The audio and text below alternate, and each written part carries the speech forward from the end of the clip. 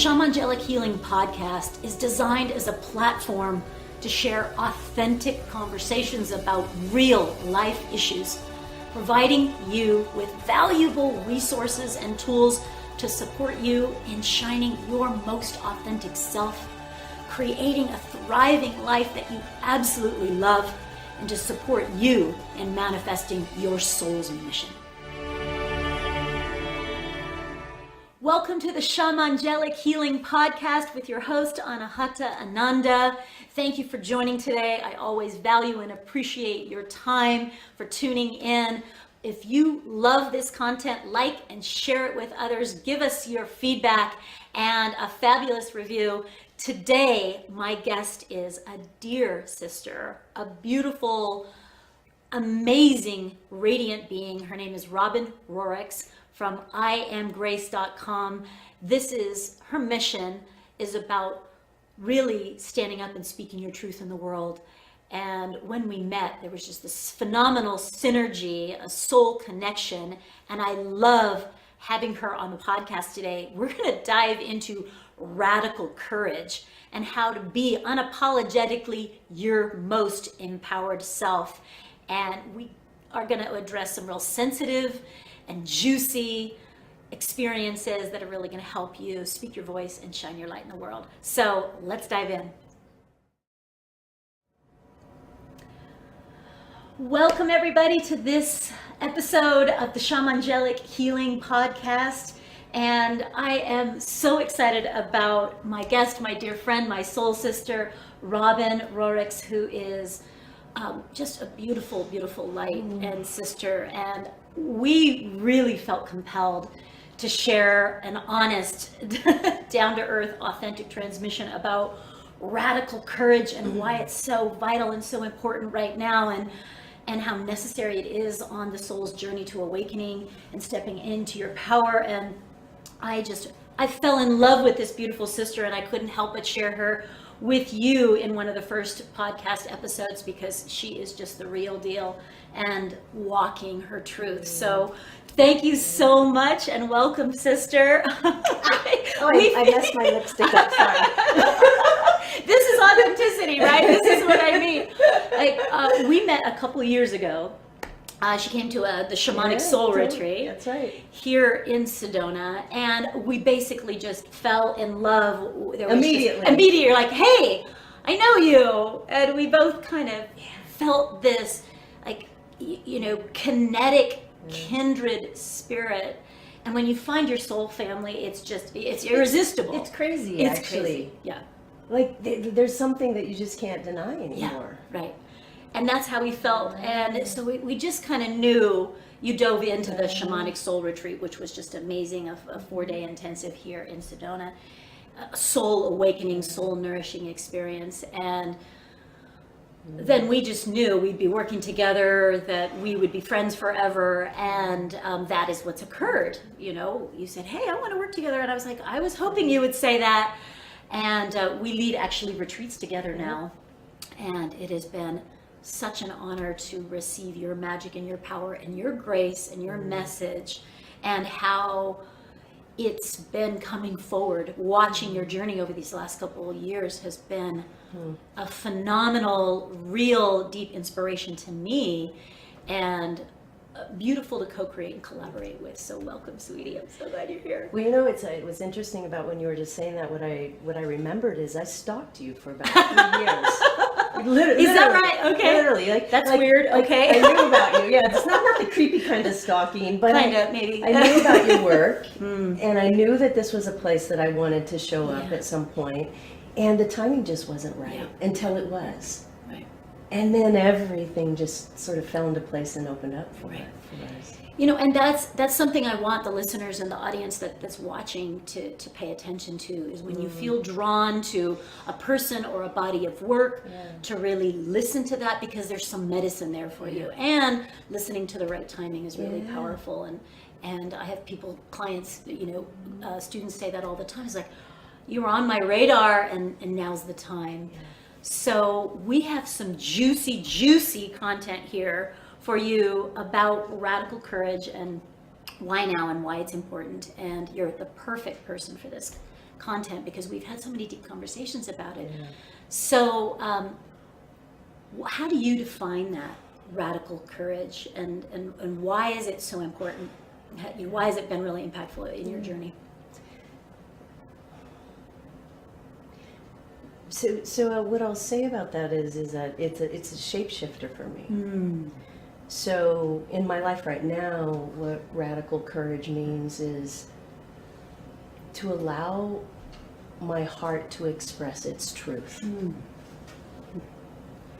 And when I say so the reason that's so important to me is because I've lived so much of my life moving through conversations, relationships, my life through my head. And it has a tendency to lie.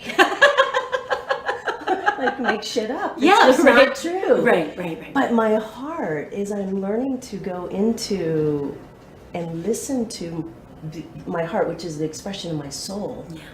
I'm finding that the truth is always there, even when it's not easy to hear or see. And I think that's the courageous part, is what the truth, to face it. Yes. That's what takes the courage. Totally. Whether it's I'm hiding, or I'm different from everybody else, or people aren't going to like this. Yes, that's right. And so why is it so important, radical courage, now?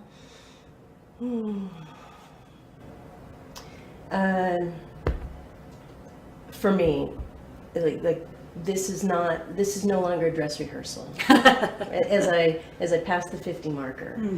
So I believe that I was born and put into this life at this moment in time to make a difference, to bring my gift forward. And I can't hide anymore. And I think that's true for every human being on this planet, is that we have something to offer and a difference to make. Yeah. And so the world, the earth, humanity is waiting for us to show up. Right. I'm sure that there are many people listening and watching right now that can relate to that. Even if they don't necessarily know what their soul's calling is just yet, but they know that there's something more. There's this angst inside that I have a purpose here, and that this has all been dress rehearsal for now. Yeah. The traumas, the challenges, the lessons, the fears, the old beliefs that are no longer serving us. Yeah, all of it, absolutely. All of it. The pains, the traumas, all of that, and everything that each person that is listening or watching has already navigated through or is in the process of facing. Because I feel like now is so important, because the planet is screaming, humanity is suffering, and the awakening is essential. And it's not going to be happening in the White House. It's not going to be happening out there someone else. It's going to be happening with us now. And everybody has a part to play. There is a reason you were born into whatever culture, whatever challenge, whatever story has been your training. I call it a classroom that has been training you for your purpose. Whatever addiction, whatever pain or wounding that has brought you strength, awareness, resilience, courage, that has been really what I think is preparing each of us individually for what our soul's calling and what our mission really is about, and what piece of the puzzle we have to bring to the collective. Hallelujah, sister. Hallelujah, sister, right? Yeah. So you said something that just sparked a remembering for me, is that, I used to view, in some ways, I think life was happening to me, and that perspective is shifted to life is happening for me. Right. And so now I can view everything that I've encountered in my life as a teacher that has cracked open parts of me that I've hidden, or kept secret, or in the dark. Yeah. So I have a question for you. Okay. Which is my answer, but I want to know what you think radical courage. What's radical courage to you? Radical courage to me is being unapologetically, authentically me, and facing the fears of rejection, the fears of criticism, the truths about me that maybe I didn't want to always see. And also celebrating the parts of me that are fabulous and beautiful, and claiming those and owning those and shining those, and not apologizing for shining my light. I think that in the process of being me, I have had to face all of those things where the masks, the walls, the contortions, the distortions of trying to be anything but me, to fit in, to be accepted, to be loved, to be popular, to be successful, and facing all of the disappointments and the pain and suffering that created. And radical courage to me is facing all of that, dismantling all of that, and unapologetically being me. And some people aren't going to like that. Okay, you know, and no longer seeking the validation of externally, and how liberating it is to just be, this is my truth. And it's not going to agree with everybody, and that's okay. That doesn't mean I'm wrong. That doesn't mean that there's something wrong with me. And to just celebrate and claim that diversity, and it's so liberating and scary, and you know, it's all of that, Robin. All of it. It is. It's all of it. You know, one of the in this place that I'm learning now is it's this space of turning towards myself, which is courage. Because I've lived so much of my life wanting you and you and you and the world and everything else Parents, to be different. lovers. Right. Yeah. You're the problem. I don't know if anybody can relate. Look at me. Come on, what could be wrong with me? I'm me. You've got to be wrong. But the truth is, my truth is that I've actually played a part in that, and I have some responsibility in it. And so, before I could learn to be truly me, be seen for who I am, like all of it, like you said, the messy stuff and the anger and the rage lives right next to the beauty and the brilliance and the badassery. Amen, sister. All of it is here. And so for me to express myself freely, I had to turn towards myself and sit with my own pain. That's a whole other level of radical courage right there, is to be with the pain instead of ignore it, sedate it, or blame it. Blame somebody else. Alcohol, shopping, scrolling, sex, success, work. All of it is a masterful avoidance strategy. And it leads to momentary satisfaction, but no healing. In that, I love that momentary satisfaction, because we can think that, okay, this is just going to numb this for a little bit, and it kind of perpetuates the illusion that I'm okay. That's right. That it's all right, and those are the coping mechanisms for where there is a very real disparity between my truth in the world and my lie in the world, and where I'm really not at peace with myself and my choices, and I'm not at peace with my relationships, how I'm showing up, how I'm seen, and how where I'm dishonoring who I truly am, and dishonoring myself with choices that are taking my power away or giving my power away. And I think it kind of begins this journey of the downward spiral that ends, frankly, in deep depression, sedating addiction, deep depression to the point of, why am I even here, and I'm not making a difference. There's no point. What's the point to life? I mean, the downward spiral accelerates to such a point that's where I hear with my clients, and where I've been before, is like, what's the point? And then, when we feel that, we know that that's the opportunity for radical courage to look back and say, look, I got myself here. What are the choices, the beliefs, where I'm hiding, that is keeping me from my truth, my joy? Where am I giving it away? And where can I turn that around so that there's an upward spiral of authenticity and radical, courageous changing of lifestyle choices, circle of influence, what I'm saying yes to, what I'm saying no to, so that I can actually become that person that I actually respect. Yeah. And that is making a difference that I celebrate instead of hide from, or embarrassed by. Well, the turning towards is a way that I've learned to fall in love with myself. And it's not easy. It's not easy to come inside and sit with the pain and the suffering that lives in our own hearts, in my own heart. Yeah. But it's the only pathway that I've found to live with more ease. What did you find there? Because this is where we get to be really authentic, is that when there is that looking inward and the radical courage to see what's really there, when you did that, when you directed that inward instead of outward and trying to control everything else or bitch about everything else, or blame or rant or gossip about everything else, when you made that courageous step to say, oh, what am I feeling and what's in there? What is something that surprised you that you felt or saw or experienced when you went in there?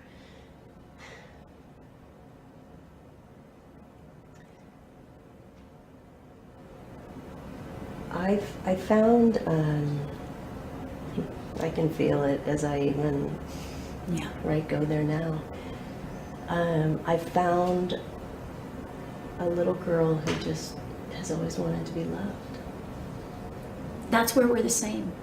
I think that's where everybody's the same, Robin, is that everybody is that little girl, that little boy that is misunderstood, that isn't being seen or doesn't feel safe, or is feeling squashed or oppressed or, just not celebrated or not loved in some way. And how did that show up for you? We're going deep today, people, and this is really a question for everybody. Yeah. This is really, this isn't just your question, this is our question, and everybody who's listening and watching is just like, when you look inward and you feel that wounded inner child, what is coming up? What is he or she feeling? Well, before I answer that, I want to say, acknowledge what you just said, because I do believe that this exploration of being human is what does connect us all. Yeah. There's no separation between, another thing that I did find is that I have had a tendency in my life to compare hurt. So I always saw my hurt and my pain as not as important as someone else's, or as traumatic as someone else's, right? So I evaluated myself. It was just it was a trick for me to say, push through it, toughen up. Or it wasn't that bad, so just gloss Why over are you being it. such a baby about this? Right. But the truth is that it was traumatic. Some of my experiences in my life, and it did hurt. Yeah. And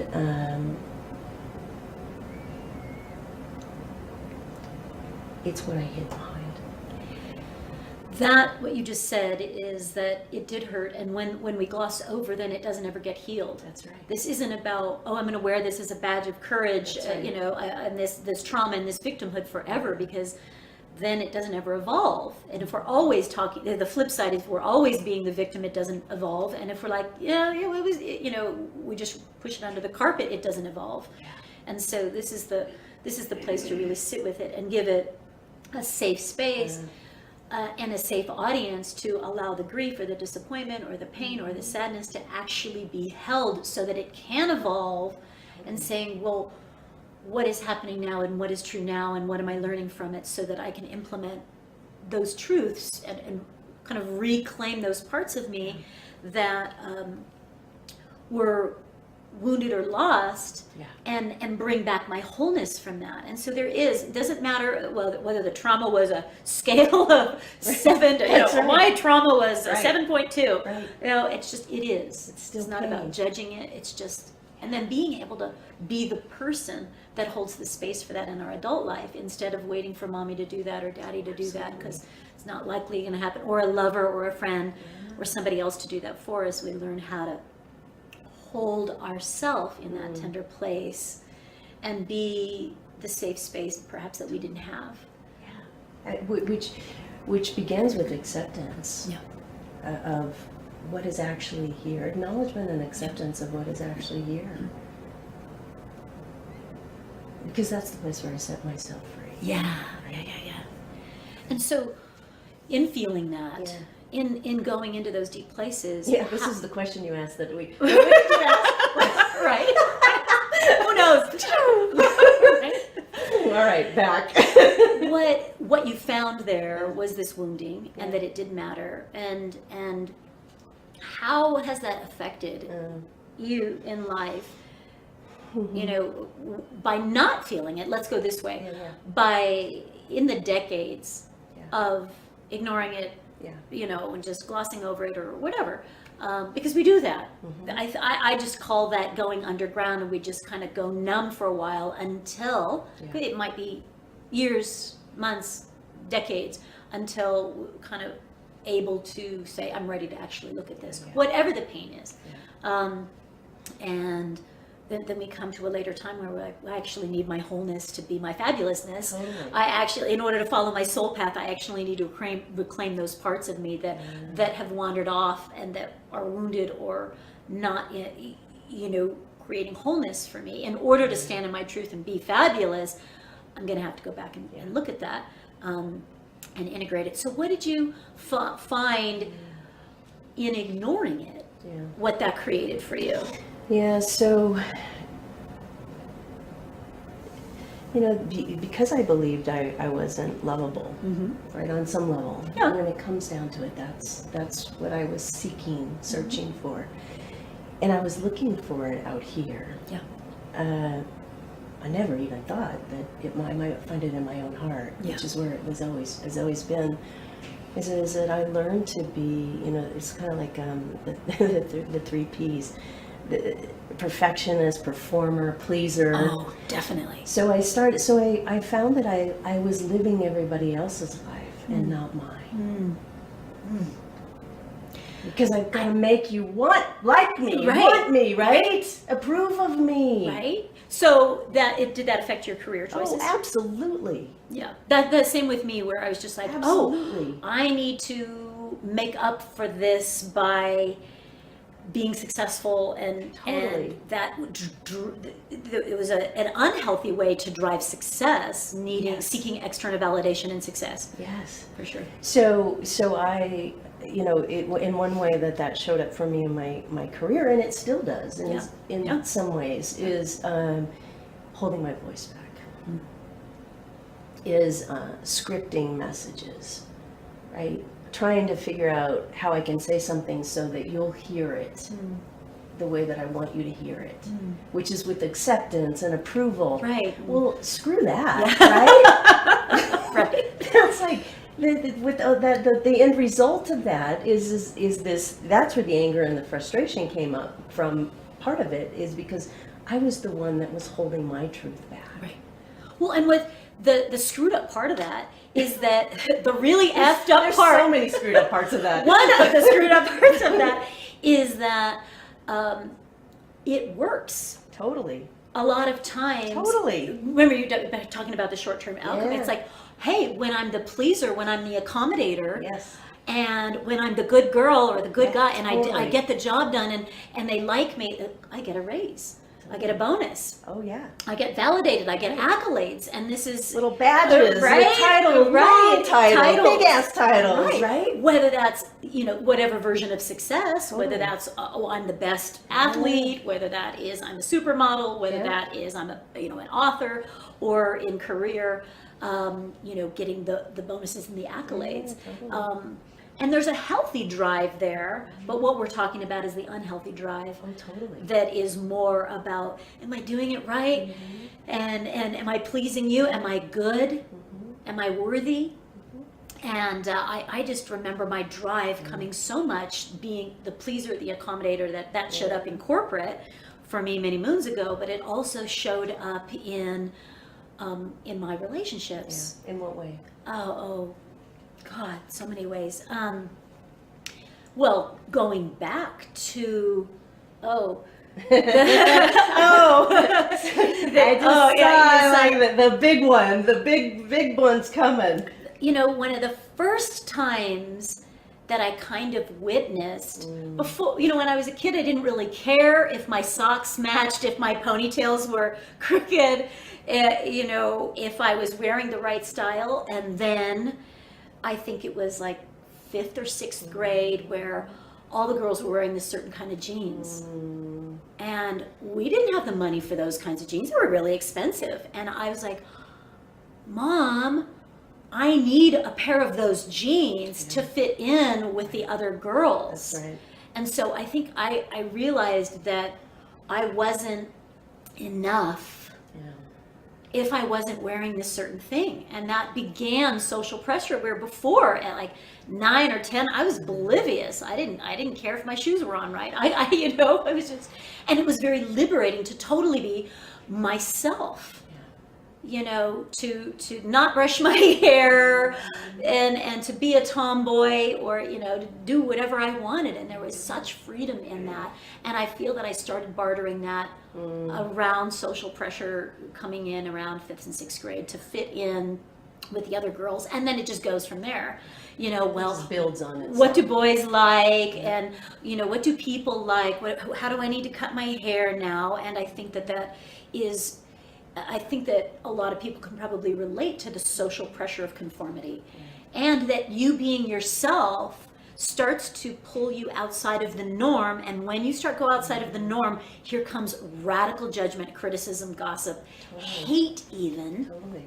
So that's another screwed up experience, because when you start deviating to your own truth, here comes all of this social pressure and judgment to say, hey, you conform or we will extricate you from our club, this group of people that you radically, really want to be included with. And so there's that pressure to conform. And that's where most of us break. Yeah.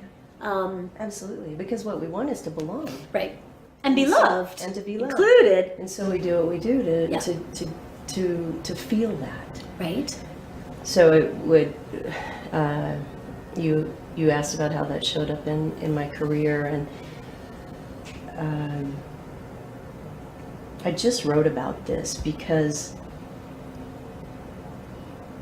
my body of work right now is to inspire humans to speak their truth. So vital right now, Robin. So vital. Yeah.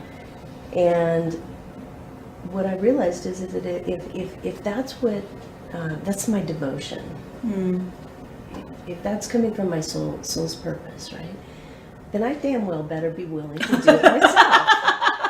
Here comes walking the talk, right? There's that old pattern of, well, it's a good idea, and I want you to do it. Yeah, I know all about it, so you do it. I'm going to sit here and go, fabulous, amazing, right? And not talk the talk. So I just wrote my first piece on, it's going to turn into something, and I've always called it, for the last 10 years or so, I've been working with this idea called Dirty Bird Diaries. Which is really the expression of the underbelly of our darkness, of our shadow, of the parts of us that we haven't been ready to put out. They're too ugly to share a story. Yeah, they're too ugly or dark or embarrassing, and all the sorrow, all of that lives with that. So what I wrote about is the election night. And which for me was traumatic. It even takes my breath away thinking about it. Like I have a hard time finding oxygen. But as I dug into it, what I realized was that my father was, he was a narcissistic, alcoholic woman.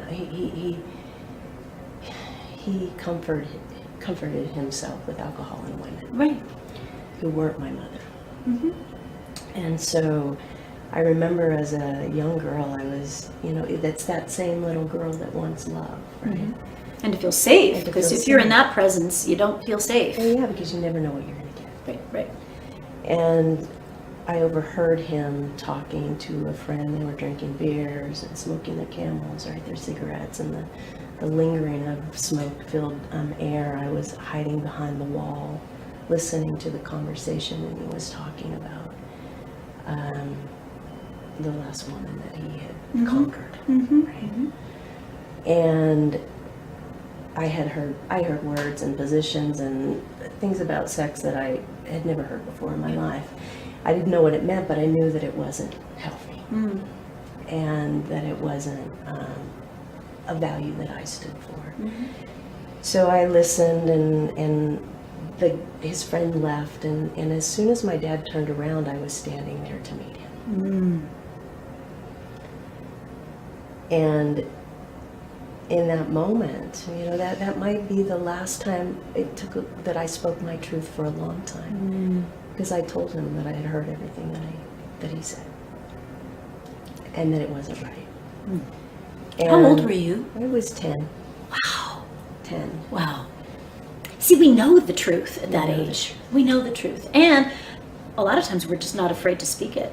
And I wasn't. And especially with a father that tends to be a little bit violent, that's a pretty courageous move, right? Yes, right. So there I was, and his response to me was everything that a narcissist does, right? You didn't hear that right. How dare you? You're the one in the wrong for listening in on someone else's conversation, right? You're too young to understand. That's not what I said. And this is our secret. If you tell your mother, you're going to hurt her. Yeah. Real power play. So I want to acknowledge that's when the throat shuts down, the heart shuts down, the emotional body shuts down, the solar plexus, like click, click, click, click, because those are all of the different chakra energy centers of the body. It's, I'm not supported, I'm not safe, I have to lie. So this is ethics, this is the emotional body, this is the truth center. The heart, this is a man I love, and yet now I don't feel love. And the throat, all of those in one moment. And I imagine that everybody listening and tuning in can identify those power moments in their life where things shut down, walls got built in a second, in a moment. And it's not necessarily a big, huge, traumatic, okay, I was beaten to a pulp or anything like that, but it has the ability to shut down so much in just one moment, in one experience. That's why it's so prevalent. And so where did you hide because of that? How did that change from 10 forward? Because then we have to go and be somebody different to fit in, and you got to stay in the house now and live with that. So how did that affect you being inauthentic in that relationship with your father, or how did that show up in other relationships? Yeah, well, you're so right. I mean, it was in that moment that I learned to lock, in that instance, his secret into my heart, and shut the key and throw it away. And so my voice retracted. It disappeared. It went somewhere that wasn't present. Fast forward into relationships. Right? Whenever I had something to say that was really my truth or my heartfelt truth, I didn't speak it. Yeah. I held it. Right. I tiptoed around it. Which causes all kinds of troubles in relationship, because then shit catches up with you. Yeah. Because you have the ability, when there is calm, clear communication, to figure out what isn't working in a relationship. And when your voice is held back, or your truth is held back, then there's not the opportunity to resolve it either. That's right. And then it just perpetuates and gets worse. Yeah. So I hid in that way, right? I hid behind my voice, and then also, I get into the corporate world, and you're so right. I believe I was extremely good at what I did, and I was wildly successful on many aspects. Yes. And I hid. And the way that I learned to hide is because I grew up for 20 years. I was inside the same company, and it was a sports company. So athletic, competitive, masculine. Yeah. So I worked in the patriarchy of my father.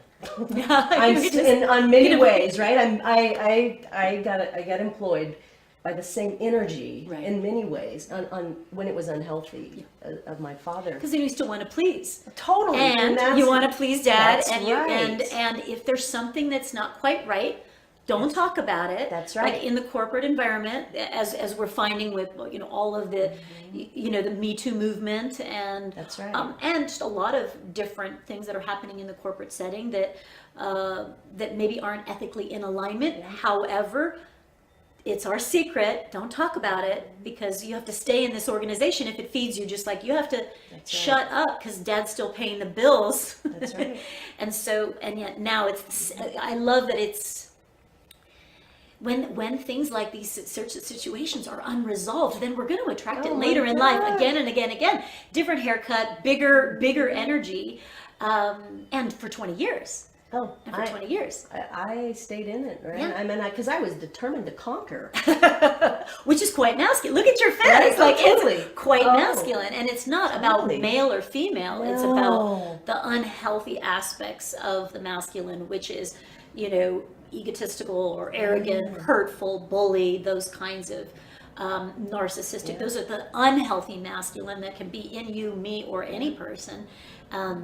Because those are the qualities that your dad was dealing with, which, if we bring it all the way back to the beginning, nobody conquers other people or sedates or bullies a 10-year-old if they aren't really feeling hurt as a little boy themselves. That's right. And this is where you and I have in common. That's right. Is that it took me years to figure that out about my father too, of just like, oh, his anger and his rage and his blaming and all of that was really scary to me as a little girl.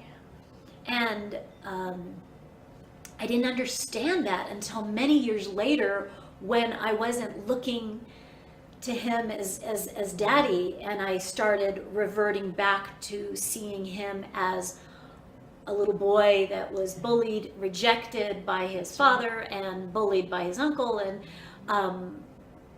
really such deep pain in his childhood. And I couldn't come to understand that until much later in life, where I could see him as not as the villain. That's right. Because as soon as I started feeling that, the anger and his anger and rage, like you, I internalized it, and I thought I did something wrong. That's right. And there was that kind of being really scared around his rage, and learning how to shut down and walk on eggshells. That was part of where I shut down my authenticness, is because I didn't want to attract any attention that was going to or say or doing anything that was going to set him off. Yeah. And his fire was hot. Yeah. And I learned pretty quickly, don't get too close, don't say anything, and kind of learn to be on edge, and keep my distance from somebody that I loved dearly and wanted his love. And so that's something that you and I have in common. Interesting. And yet it took me many years to come around and see him. Oh, he was just a scared little boy that wanted love too. And that was the turning point, as far as radical courage, to take him off the pedestal of being my biggest villain in my life, and having the radical courage to see his tenderness with compassion, and not from my angered little girl that is like, it's not okay to hurt me, and it's not okay to yell at me, and don't pull my hair, and don't spank me, and no, you're not supposed to do that. I'm a nice little girl, don't hurt me, like from that place, so that I could mature the person that was seeing him, and evolve the person that was seeing him, so that the radical courage of compassion, I think that the next piece for me around radical courage was being able to feel the tenderness in my heart, and to feel the tenderness in somebody else's heart, and face what I needed to face, to find compassion and forgiveness, because I think the most courageous part of this whole experience is coming to forgiveness. Not what happened was okay, but having the courage to see that this someone is wounded too. They did their best, and we're both struggling here, and it doesn't help either of us for me to pass this on and bully him back. That's right. Because that's what I started doing. Is like, oh, I learned from you how to bully, so let me bully. And I learned how to throw punches. I learned how to have walls up. I learned how to be tough. Right. And that served me well in corporate.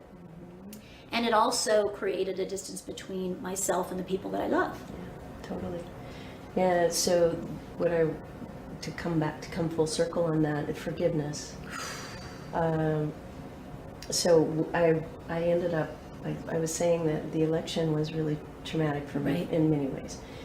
And what I wrote about, what I discovered is that the reason that Trump triggers me, there's a lot of reasons he triggers me, and I don't want to make this about politics, but I do want to make this about humanity, is that his energy is my dad. Mm-hmm. And so every time I heard his voice, every time I see his face, right, it was triggering that wound in me that I hadn't dealt with yet. Wants to be healed. And so it took me all of 2017 and most of 2018 to really, right, come back to myself and first forgive myself, and then learn to forgive my father. Right. Because you're absolutely right. I'm not a victim of those circumstances. I was put in those circumstances because they made me stronger, and I learned something from them. Like I became a better version of me. And he did the best he could. And it's still not the father that I wanted, but it was the acceptance of the father that I had. Right, and with speaking your voice, this goes right into what your soul mission and soul path is right now about humanity, is that half the planet are men, and most of us are dealing with hiding, most of us are dealing with oppression in some form, most of us are dealing with trying to be somebody we're not and seeking love. And so those lessons that you experienced in the classroom that was your childhood are exactly what helps you to be able to relate to the bully. Yeah. Because we've both bullied, we've both oppressed other people's voices in sharp criticism. 100%. 100%. Right? I've been When there. we're I've really done it. honest about Yeah, that. of And that's course. where compassion comes in and says, wow, I get to forgive myself for not knowing better, or for learning a way that was hurtful. And that, because that's where I get to be forgiving to myself first, that says, wow, I'm not any different from my father, or you're not any different from your father in that way, when you're using the same hurtful, manipulative, narcissistic, when we're really radically, courageously honest, just like, oh shit, I'm doing that. I have that in me too. Oh, yeah. No, like, wait, no, that can't be true. And it's like, It is. oh, 100%. Oh, it is, girl. 100%. 100%. It's there. And that is what I think is so excited to really, that's me, radical courage to own that. Yeah. And to be accountable, like, oh shit, I'm doing that. So totally I'm not that agree. different. I totally agree, and that's why this, again, some levels, we get to take gender away because there's, when we're in full balance, we have a healthy balance of feminine and masculine energy. And I was over dependent on unhealthy masculine energy. In fact, my whole career, I couldn't even say the F word. To say feminine was like weak and wimpy. Exactly. It's submissive, and I never saw the power in softness. Right. And I had to learn that. Me too. That's part of radical courage, is owning the parts of me that were hidden. And that's where the femininity for men and women to be gentle, to be compassionate, to be patient. Those are all the healthy feminine qualities. To be forgiving, to be nurturing, all of those things that we're going to need for all of us, men and women, to heal from that and to learn how to bring those forward in ourselves.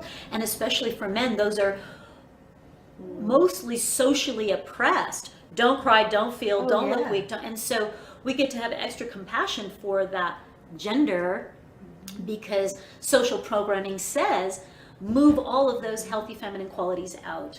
And no wonder that creates imbalance for men and women, and where women are overcompensating to get the need and the validation from men or the masculine is where we start losing our femininity, which is where for all of us, men and women, where a lot of our power is. And both are so important. Yeah. It's lo and behold, what I found is that many of my gifts reside in the feminine aspects. I mean, that's Creativity, tender holding, sensitivity, yeah, gentleness, intuition, absolutely. Listening, holding space, all of that is my gift. And it's nothing without action. Right, because that's where the feminine and masculine work in harmony. Because then it takes courage to actually lead with intuition and to bring creativity and inspiration. And then here comes the masculine of being courageous, bold, take action. So, What do you got? You tell me, I'm like, you got some. You're noodling. I noodle see it. You know me so well. Where have you hidden? Where have you hidden? And what's the cost? So where have you hidden, and what was the cost there? Give me a big one, or a big, two of the big ones of where you've hidden the most and what it cost you.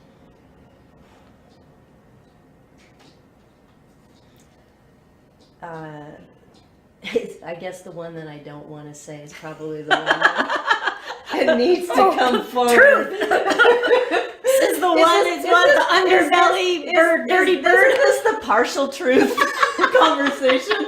Let's just be halfway true. This is it, people. This is radical courage in real time. This is what it looks like, knowing that it's not just you and me, and that everybody's listening. And here we are. Yeah. So share that with me if you feel comfortable with it. I've hidden my sexuality. Yeah. Mm-hmm. Yeah. No longer. Yes. But it took a long time to be free with me being gay in the world. Yeah. Especially when my ego was driving my career, especially growing up in a religiously conservative community, culture, family. Right there was no room, I didn't believe, for me to be truthful around who I am. What did that cost you? When you were hiding, in those years where you were hiding, living a false truth? I don't know, is everything too small, too big? It cost me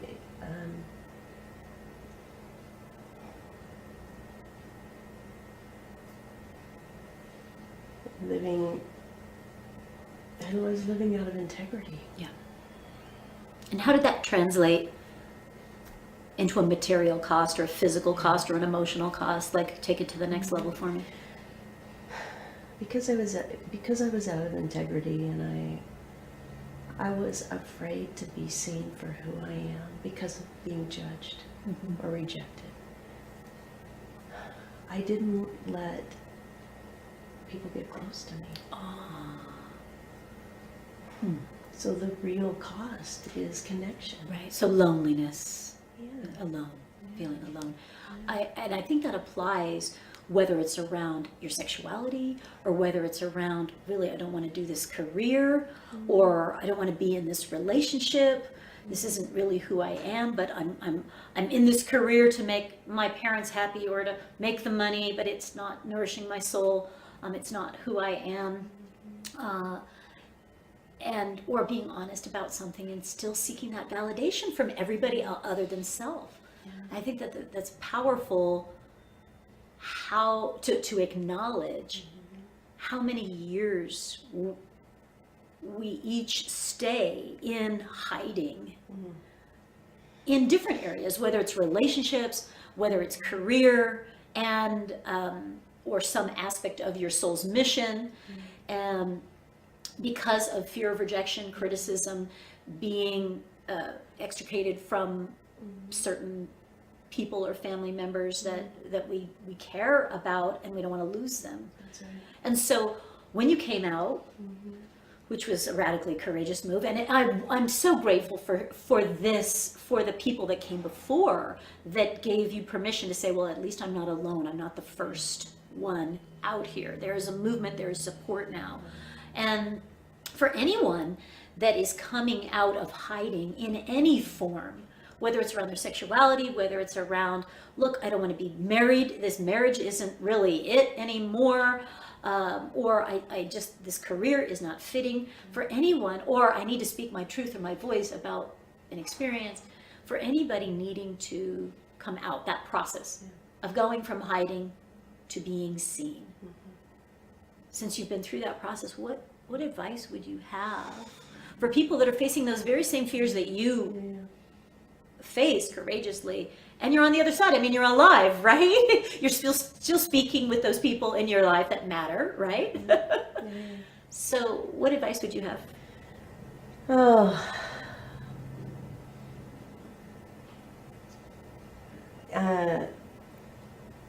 the single most important lesson that I've learned, and you spoke about it, is that, you know, when I was in hiding around this topic, and I've hidden in many ways, and I still do, and some are discovered and some are undiscovered, but in talking about my sexuality, I had a belief in my head that I'm alone in this. Yeah. And that I've got to do this on my own. And so heart shut down. I mean, remember that, like, the connection happened as a young girl, and I shut this down, and I locked the key. And so on that journey by myself, there was nowhere to turn, because I kept turning into my own beliefs about rejection and not being loved. And so the biggest advice I have and support is to find community. Yeah. We never You are walk not alone. So please hear this. Please see this. You are not alone. Whatever you're going through, whatever you're feeling, whatever you're struggling with, about whether you're hiding an addiction, whether you're hiding some part of your beautiful self or your ugly underbelly self, you're not alone. You're not the only person dealing with this. And finding community, that is a wonderful resource. And especially now with humanity struggling, it is our individuality that is actually going to make us stronger. In Peru, it is the fabric of the weaving of the community, and not that we're all the same and that we all have the same sexuality and the same passions and the same dreams. We don't need to be all a best-selling author. We don't all need to be the same gender. We don't all need to have the same path, the same voice, the same truth, the same color, the same spiritual beliefs. And it is, our power really comes from when we're each authentically bringing our strength, our mission, our truth, and allowing it to weave with the other strong threads of community. Absolutely. And celebrating our differences instead of really demanding conformity, because then the fabric of our society actually weakens. We're stronger in our diversity. That's right. And celebrating the diversity, which gives us the opportunity to really acknowledge where we're different, right. instead of ridicule and judge it. And so it also, radical honesty of where I've been the judge or critic of somebody that is outside of what I believe is true, or outside of my community or comfort zone, and celebrate, we see it differently, but that doesn't mean I don't respect your opinion. That's right. My dad and I couldn't have different opinions on every single possible subject under the sun, and what he taught me in that is that I get to see another perspective. Instead of to fight and argue that we need to agree, is to say, well, let me understand you. That's right. Let me understand why you feel that. That's right. And be more open and allowing and curious about why do you come to that understanding and what brings you there, so that I have a bigger perspective of the world, even if I don't necessarily agree. my lens is bigger when I get to see through your eyes. I get to, my journey, my compassion is bigger is when I get to walk in your shoes, and it makes me a more whole person from that place. Thanks for sharing about that. Which is really, really important, which is why this discussion is so, I think, timely and critical.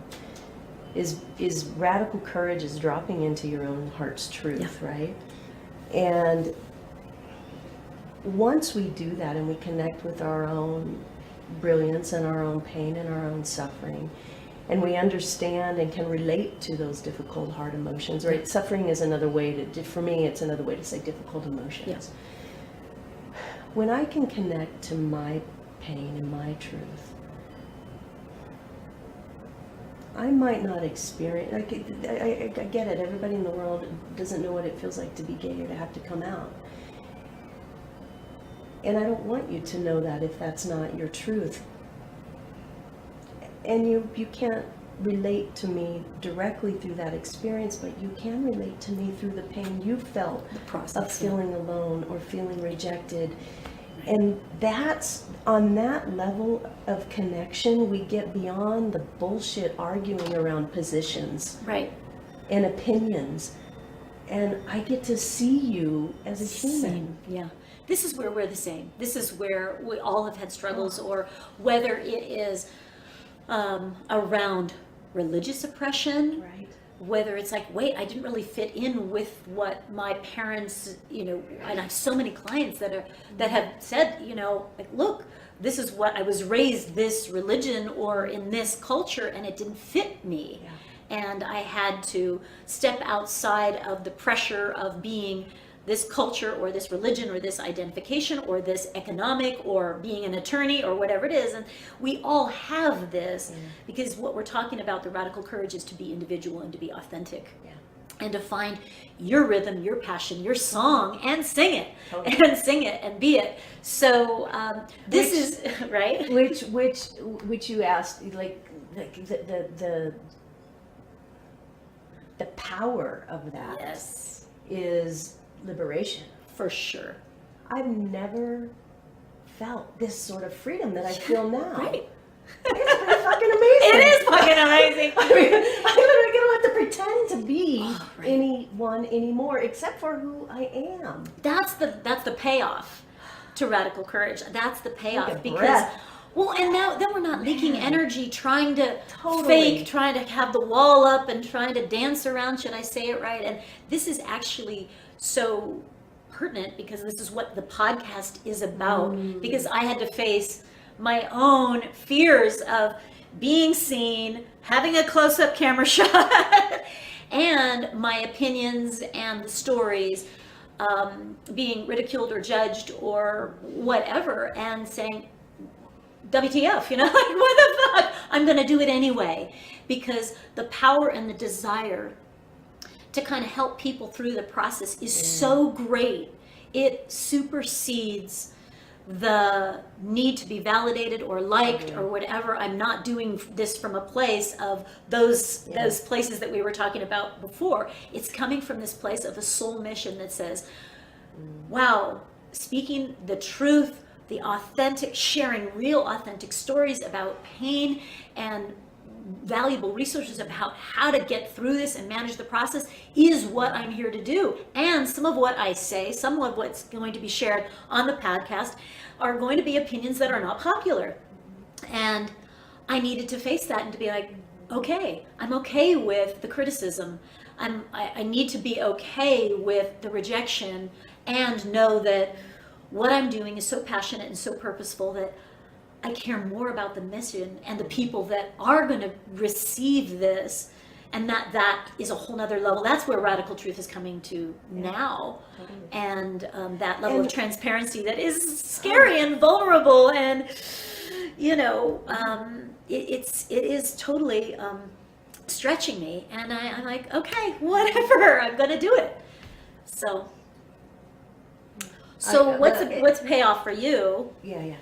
What's the payoff for you? That's the payoff for me right now, is that, like you said, liberation, and the freedom, to be who I am, unapologetically that. And so besides liberation and freedom, I also feel like I'm not leaking so much energy trying to fake it and hold it all together and like, am I doing it right? And just do it.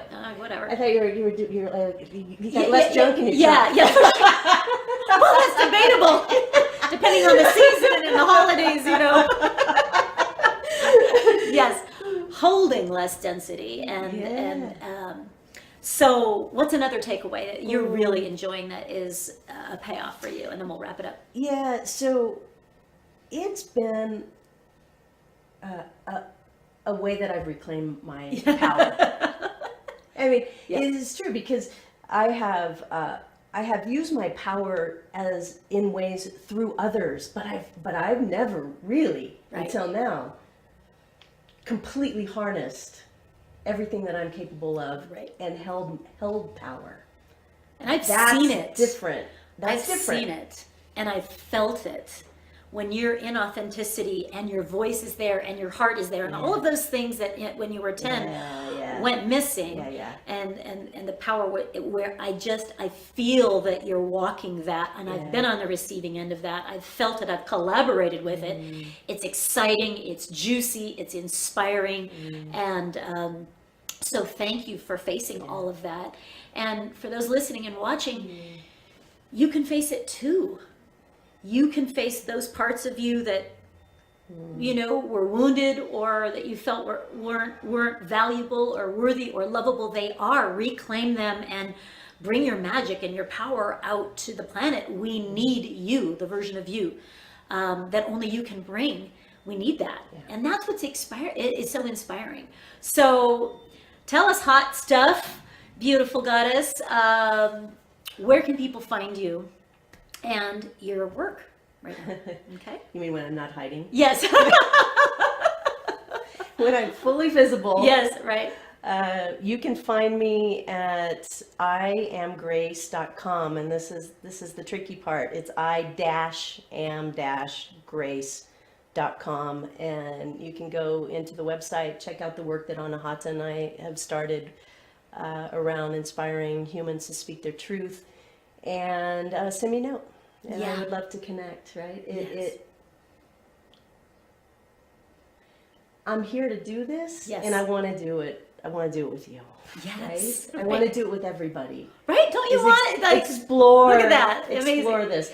There's the last thing I want to say is that you asked what's the payoff. The payoff is I've learned to trust myself. Yeah. Oh, that's so fantastic, because that is that feminine side coming forward of the intuition that is really guiding our soul mission. And when we ignore that, then this is how we wander off into a career, into a life that isn't authentic and isn't true, and then downward spiral, yada, yada, right? So that trust is one of the pivotal anchor points to living an inspired, thriving, authentic life. So yes. I have one more thing to say. Okay. I really appreciate you. Oh, thank you. And I am honored to be part of your exploration and bringing your voice forward. Thank you. Our collaborations are often awesome when we get together. We just have so much fun. The I Am Grace retreats are phenomenal. The content is amazing. She does amazing work. So thank you for seeing me. I love seeing you. And this is how we take it to the next level, people, is when we collaborate with people that are on fire with their authentic mission and truth. That's how the ripple effect is, that someone in that space is so inspiring and authentic to bring out the best in others that are on this journey as well. So thank you for doing the work that you've done. And so happy. Go check out her website. It'll be on our website. You can find me on a hot stuff at shamangelichealing.com. I am so grateful that you have tuned in today. Please, if you enjoyed this conversation, if it touched you somewhere deeply in your heart or soul, please share it. Please like it. This is how we get the word out. And give us a great review and a little testimonial there. We'd love to hear your comments about this particular podcast. We value that. We'll be making comments on it as well. I'm at shamangelichealing.com. And here comes free gift time. I would love to offer $200 off the Empowerment and Awakening weekend here in Sedona, where I share all of these empowering tools for 3.5 days here in sacred Sedona, packed with content to really help you live a thriving, inspired life. And you've come to that. Yeah, I was just going to say that's what I stalked you for 2 years. Well, thank you. Until I finally, till Creepy. the calendar worked and timing was right, and I showed up, and it was absolutely a catalyst to the next level of my own evolution. Wonderful. Wonderful. I love that weekend. I love that content. So get out of your offices, your homes, wherever you live, and come experience it. Yes. So that's the Empowerment and Awakening weekend. You can check it out. The free gift will give you that coupon to get $200 off and spend the weekend with me. You can be a stalker like Robin. That weekend is packed. I love sharing my best of tools with people. And then I also want to give you a 20% off coupon for those that you can't come to Sedona to get off on all my online courses. I'm going to just give you discounts so that you can get content to help you on this journey to find your voice, to find your power and your light and bring it out. We need you to shine. So we value your time. Thank you so much for tuning in. Thank you, Robin. Isn't she graceful and beautiful for finding your truth and being resilient and really facing your fears and embracing radical courage to bring your voice out, because we are ready and we want more. So thank you for tuning in. We love and appreciate you. Like, share, and comment below, and have a phenomenal, phenomenal day, and live it with radical courage. Cut. Oh yeah! Great job. Well done, sister.